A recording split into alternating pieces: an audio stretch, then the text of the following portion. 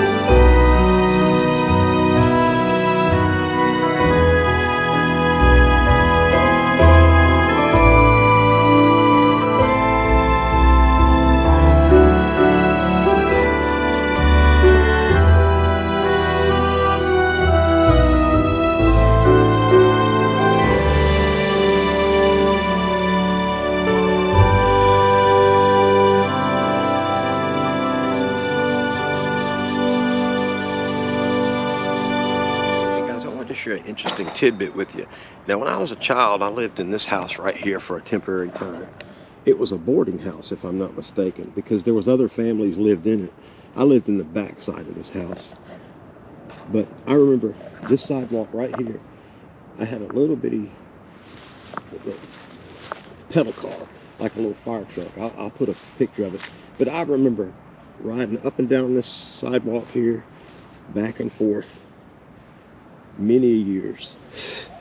Well, but at the time, this little fountain wasn't here. But I remember this house. Okay, we're coming around the corner from the little house that I used to live in, and I remember there was a lady that lived. I'm not sure exactly which house she lived in. I think it's this house here with the. No, it was the next one down, I think. But she was a harp teacher. She taught harp, and I remember. I'm gonna walk down here.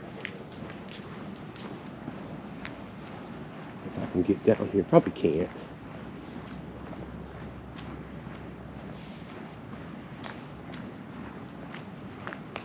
Yeah, I think she lived in that house right here. Maybe it was this one. It's just so many years ago. But she used to teach harp, and it was the most beautiful sound I've ever heard in my life. Yeah, I'm pretty sure it was that house. Because I remember she would sit out on the porch sometime with her students. And they would play the harp. And it was so beautiful and peaceful. I really don't remember these houses being here then, but I'm sure there probably were. But now a lot of these houses were moved in and placed on site. But I lived in that little section right back there. And I remember, I'll never forget, one morning my mother gave me some money, and there was right there on this corner, there was a bakery. And I went and bought me some donuts in that little bakery we used to be right there. Anyway, so I couldn't take them to school with me, so I put them up underneath the steps right there. You can see some steps. I put them bag of donuts up under the steps to get when I got out of school, and the ants found it before I got out of school. So that was my memories of this street, living here. They were fond memories, but I don't remember these houses being here. This one was, but I don't remember this one being here, but it probably was. But the foundation looks fairly new, so they probably moved it later. I think it was just an empty lot here. Yeah, but I'll never forget, that was a bakery right there.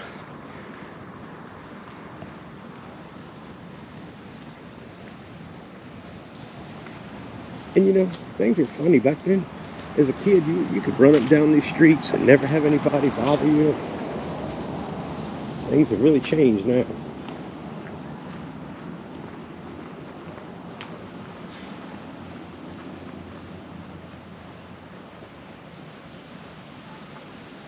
But that was some fond memories of living here as a child. And I remember this house is next door to the house that I used to live in. Underneath this house was all open. You could tell that they bricked it in now, but it was open because we used to play up underneath this house. Well, some of these homes are just so beautiful. The Art Deco that they put into the architecture of them. You just don't see that anymore in houses.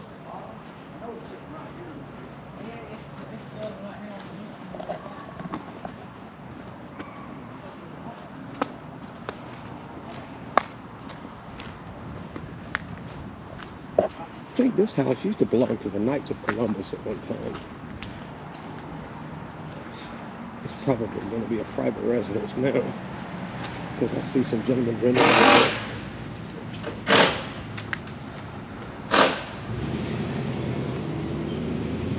That house has a widow's walk on the top of it.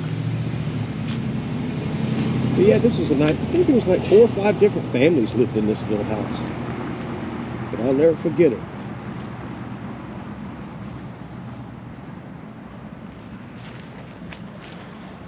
Beautiful old house.